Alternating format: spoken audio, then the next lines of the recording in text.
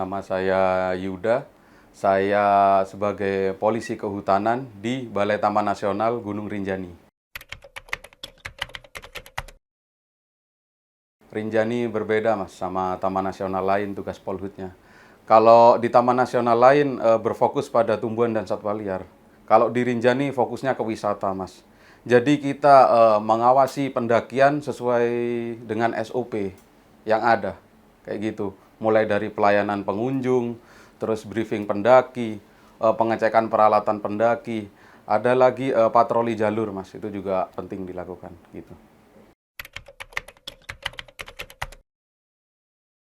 Iya, jadi kalau kita bicara aktivitas outdoor hiking ya, trekking atau hiking, itu berhubungan sama kondisi fisik Mas yang dominan, sama pikiran.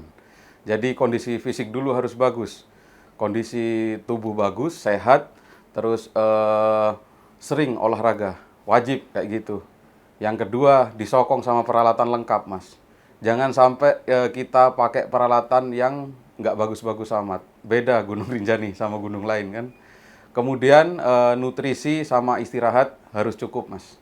Nah, baru yang ketiga itu harus terdaftar dan memiliki tiket di aplikasi Rinjani. Kita Gunung Rinjani itu bookingnya udah booking online Mas, bukan manual, bukan sobek tiket lagi.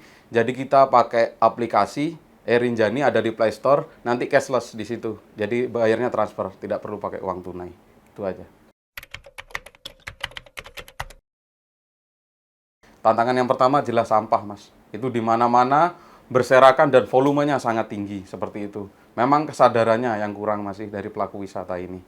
Kemudian yang kedua, kemarin Mas, H+3 Lebaran. Kami kan sempat FYP di TikTok tuh, teman-teman juga banyak di sana. Kami menyetop 103 pendaki, Mas. Bayangkan saja 103 orang versus 3 orang. Kalau dikeroyok kan habis kita dihajar. Bukan hanya dikeroyok di tempat tempat lapangan. Kemarin itu kami dihajar di sosmed juga kan. Kayak gitu. Ini kan kejadian seperti ini sering terjadi sebenarnya. Tapi kemarin kan momennya pas setelah Lebaran sampai 103 orang punya tiket bodong gitu loh, Mas. Nah, itu kita himbau kepada halayak ramai atau calon-calon pendaki supaya membeli tiket di agen yang terpercaya atau cek di aplikasi Rinjani atau buka Instagram kita BTN_Gunung Rinjani. Itu di situ pusat informasinya. Jangan sampai tertipu lagi. Kemudian ada yang ketiga Mas, tantangannya. Kita harus menjaga keselarasan hubungan antara masyarakat sekitar dan stakeholder.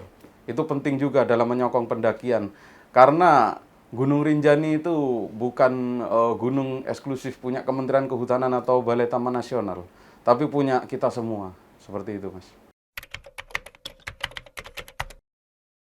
Jadi kami udah melakukan penerapan digitalisasi, Mas. 4.0, 4.0 itu udah duluan.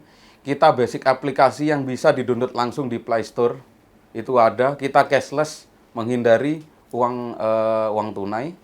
Kemudian kita disokong dengan sinyal dimanapun beberapa spot yang 4G seperti itu 4.0-nya. Jadi sistem informasi mulai dari keselamatan pengunjung atau informasi apa saja sekarang bisa sampai di bawah dengan cepat seperti itu.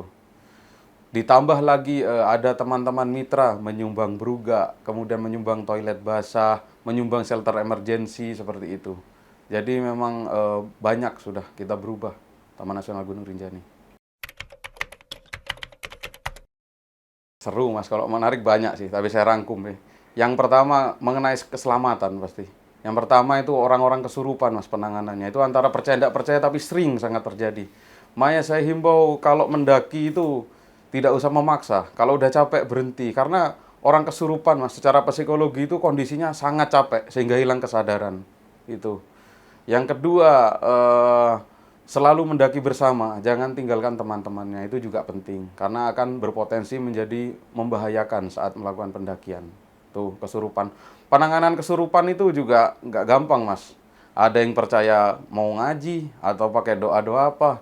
Kemudian kita sakiti, Mas, kita cubit, sebelah sininya atau kita tampeleng, ya kan? Tapi kan menyakiti sekali kan.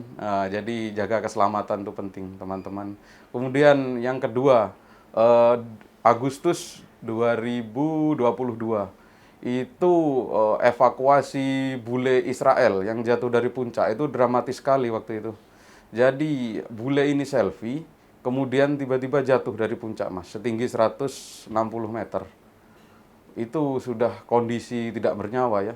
Kami membutuhkan waktu 4 hari waktu itu untuk mengangkat mayat ini.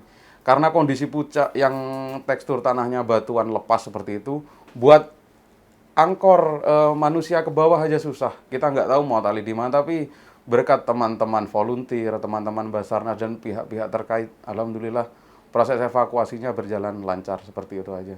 Mungkin pengalaman menariknya itu banyak sih mau ceritakan, tapi itulah.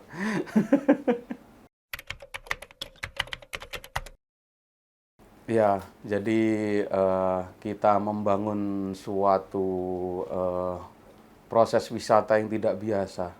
Rinjani itu bukan kelas lokal, Rinjani itu kelas dunia. Jadi kita butuh kesadaran tinggi, mulai dari petugas, kemudian pelaku-pelaku wisata dan pendaki-pendaki. Tolong sadar, tolong patuhi SOP pendakian kita. Kita mau mewujudkan pendakian Rinjani kelas dunia, World Class Mountaineering, Zero Waste, Zero Accident, dan Fast Response, seperti itu. Kemudian disokong dengan infrastruktur yang tinggi juga. Nah, semboyan kita adalah Rinjani kita. Itu Rinjani kita bersama, bukan punya satu orang. Seperti itu.